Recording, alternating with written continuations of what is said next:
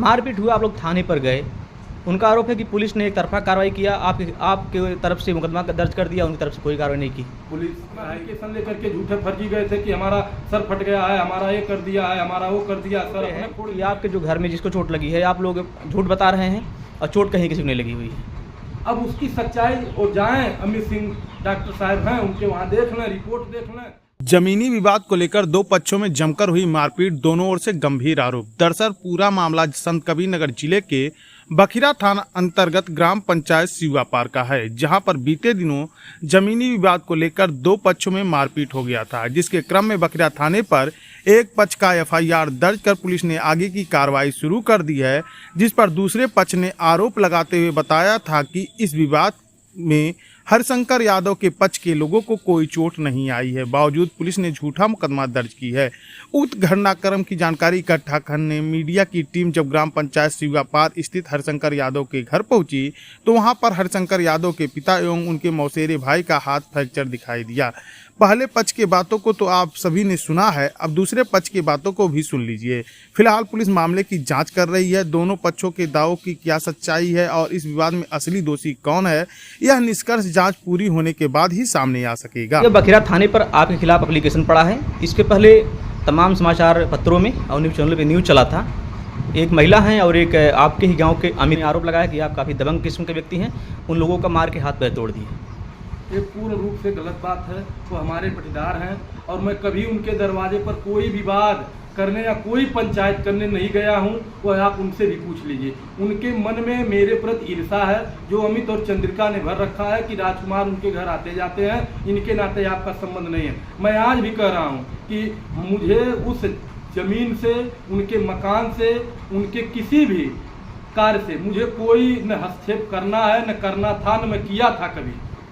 10 तारीख को जो मारपीट हुई है, आपके परिवार में कितने लोगों को चोट लगी है? हमारे परिवार में 3 लोगों को चोट लगी है।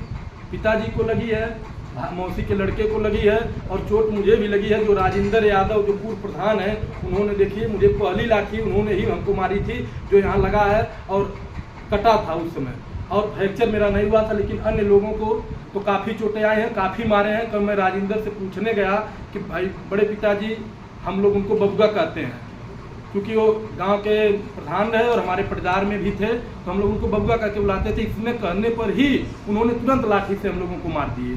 विवाद का कारण क्या है? विवाद का कारण कुछ नहीं है, केवल एक खीज है कि ये चुनाव लड़ता है या ये समाज में है, इसका बोलबाला है, इसके पिताजी को मार करके इसकी सामाजिक प्रतिष्ठा को ठेस पहुंचाई जाए। जमीन का मामला किसका किसका था? जमीन का मामला राजकुमार और जनार्दन का था, वो भी अमित के द्वारा ही सुलझा लिया गया है।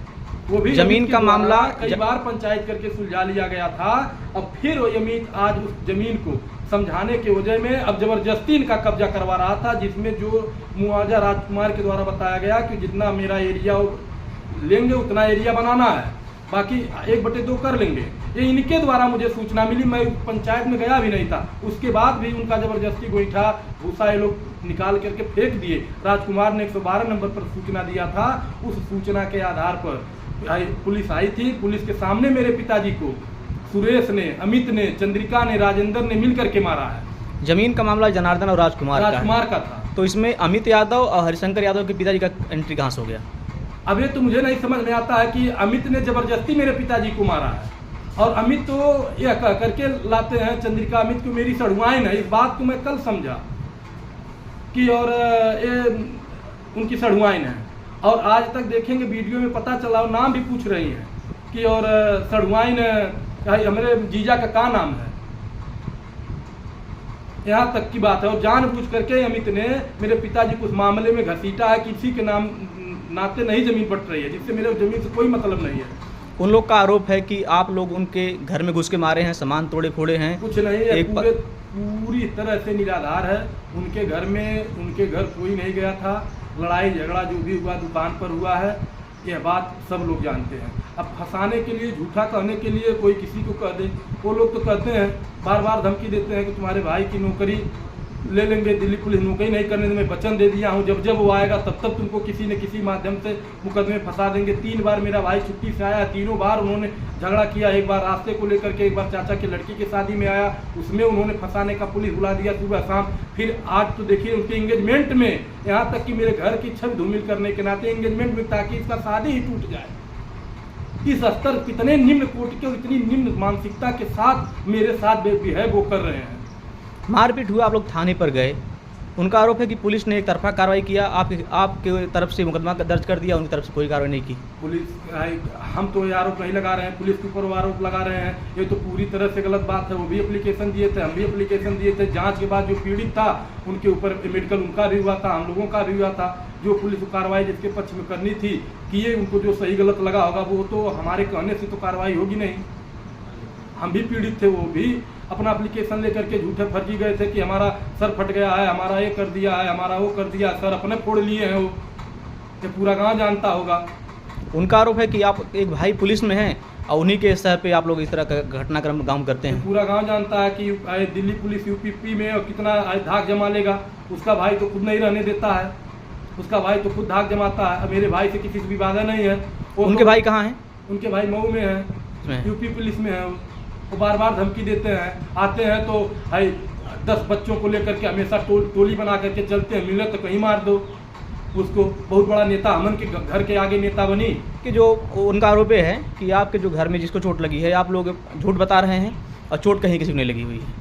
अब उसकी सच्चाई वो जाएं, अमित सिंह डॉक्टर साहब हैं, उनके वहाँ देख लें, रिपोर्ट देख लें। वो दिक्कत है उनको तो आप या वो कोई व्यक्ति आकर के एक्सरे करा ले, गलत है तो जो दंड देना चाहे दीजिए। आपके भाई को, पिताजी को कहाँ चोट लगी है? मेरे भाई को हाथ में चोट लगी है, अंगुली फ्रैक्चर है, उनका भी प्लेट पड़ करके बना है। पिताजी का ये कलाई टूट गई थी, लाठी मार, उनको भी राड पड़ा है, आप देख सकते हैं।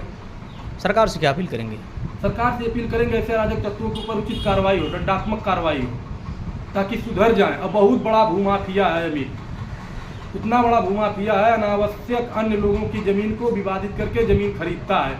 419-20 कई लोगों के ऊपर करवा चुका है वो। और कम से कम कुछ नहीं तो बिना किसी व्यवस्था के, बिना किसी चीज के, और वो 8 से 10 बीघा जमीन कहाँ से एक आदमी खरीद लेगा?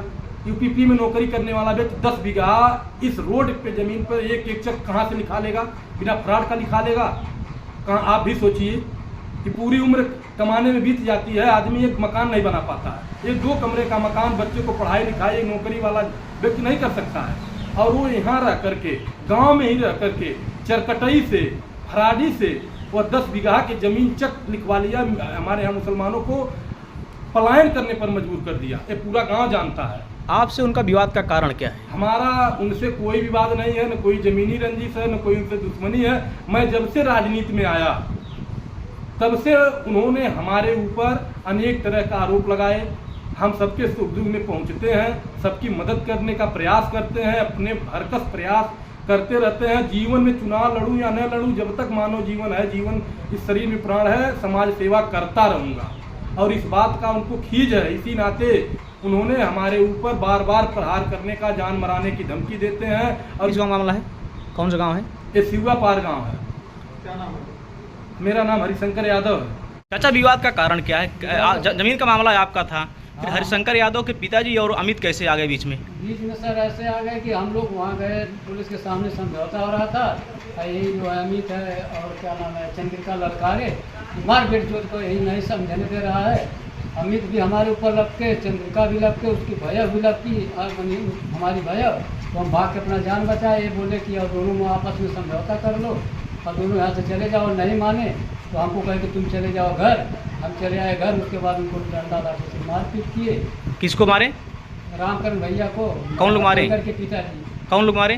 तो मारे अमित और चंद्रिका और राजेंद्र, सुरेश, ये सब वहाँ बैठे थे पहले से। जमीन का मामला आप था, वो बोलने की वजह से लोग उनको मारने पीटने लगे। समझाए कि तुम दोनों यहाँ से चले जाओ, आपस में बात विवाद मत करो। क्या नाम है आपका?